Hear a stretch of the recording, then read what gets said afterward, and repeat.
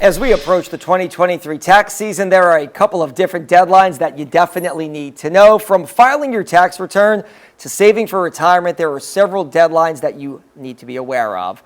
Joining us live in studio, as always, CPA Kimberly Washington. First off, when is the big deadline to file taxes this year? Right, just as you mentioned, we have a couple more days before the tax season actually starts, but the deadline is a little bit different this year. It's actually April 18th, so you get an extra few days to file. Typically it is April 15th, but because it falls on a weekend and also once it's extended another holiday, the IRS has pushed it back to April 18th. You also want to be aware that the tax deadline is the last day to pay your taxes and also to file an extension. And do keep in mind, if you do need to file a business tax return, those deadlines are a little bit different. So you want to make sure that you're following by the right deadlines and make sure that you check with a tax professional concerning these things. So many small businesses all across Southeast Louisiana. If you are a small business owner, what deadline do you need to pay attention to? Right. So if you're thinking about a small business, if you are a small business, there are a couple of different deadlines you want to be aware of. But the first thing is it relates to estimated tax payments. Those are quarterly payments that you do need to make throughout the year. And those dates, of course, fall in April, June, September, and January 15th of the following year.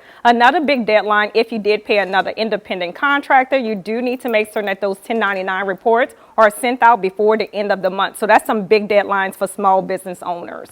All right, we know that in some instances, people want to stash money away in retirement accounts, such as individual retirement accounts, I guess IRAs.